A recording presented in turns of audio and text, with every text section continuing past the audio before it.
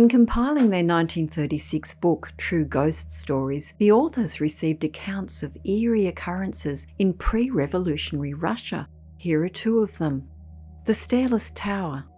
Russian Princess Marina Shabshabadze reported the strange event experienced by two friends of hers, Baron and Baroness Revda. They and their children lived in a large family estate in the countryside. Within the gardens surrounding the house stood the ruins of an ancient tower which had only one window. The staircase of the tower had long since been destroyed, so it served merely as a picturesque ivy-covered folly. According to traditional stories handed down by generations, whenever a member of the Revda family died, a light gleamed out through the tower window. Nobody had ever found a practical reason to explain the strange phenomenon. One summer evening, the Revda's two daughters and a friend went for an after-dinner stroll in the estate woodlands. They found themselves in darkness and unable to remember how far they had walked or their way back. Finally, they made their way along the bushy paths and walked up the avenue where the Stairless Tower was situated. This is where the two daughters stopped, and a small shiver passed between them. They had both seen a light shining in the tower window. It had a strange searchlight effect, partly phosphorescent and partly flaming. The luminescence streamed like a white ribbon out into the night. The sisters cautiously looked at each other, and each confirmed that they had seen a light in the tower. Trying to speak naturally, they asked their friend, who did not know the story of the death warning, if he could see a light somewhere. He laughed and replied that of course he could, that it was in the tower. He asked how anyone had managed to get up there, suggesting that perhaps they had flown in. The light was still shining when the three returned to the house, and it continued to shine until an hour later.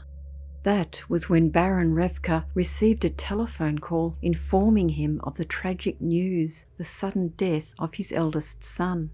After that, the light in the Stairless Tower faded back into the darkness.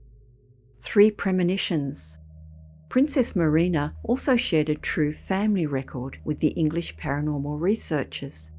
She reported some strange premonitions experienced in the late 19th century by a member of her own family, the young Countess Samova. Marina prefaced her account with the information that on this particular night the Countess had retired to bed in a very normal frame of mind, and that there had been no prior discussion of ghosts or paranormal phenomena. That night, the Countess slept soundly for the first hour or so, then awoke with a start to observe in the dim light someone leaning over the low bed rail. The figure was that of a pale-faced elderly man with a long white beard and wearing a flowing dark robe. His facial expression was kindly, but also held a sense of tragedy. The Countess heard him say, "Tomorrow at noon, the Emperor Alexander II will be assassinated." He then disappeared, and the terrified Countess awoke her husband and told him of the apparition and the old man's message. Count Samova listened patiently, laughed briefly, and then reassured his wife, telling her to go back to sleep.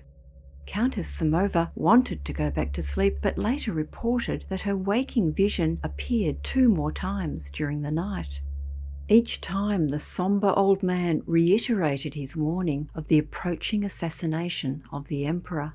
After the 3rd visitation, the Countess lay weeping silently, by this time with shattered nerves and a certainty that it was the Emperor's last day on earth. That morning Count Samova was on duty with his regiment for the trooping of the colours, at a military roll call at the Mikhail Academy in St. Petersburg. The ceremony was to take place in the presence of the Emperor. Knowing what time the event was scheduled to finish, the Countess hurried along the embankment to meet her husband on his return. The moment she saw him riding towards her, she could tell from his facial expression that the old man of her vision had spoken the truth.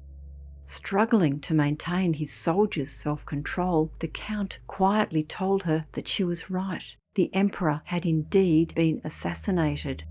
Marina added that the Count later corroborated to the family his wife's 3 consecutive apparitions, but could probably not have prevented the fatal event.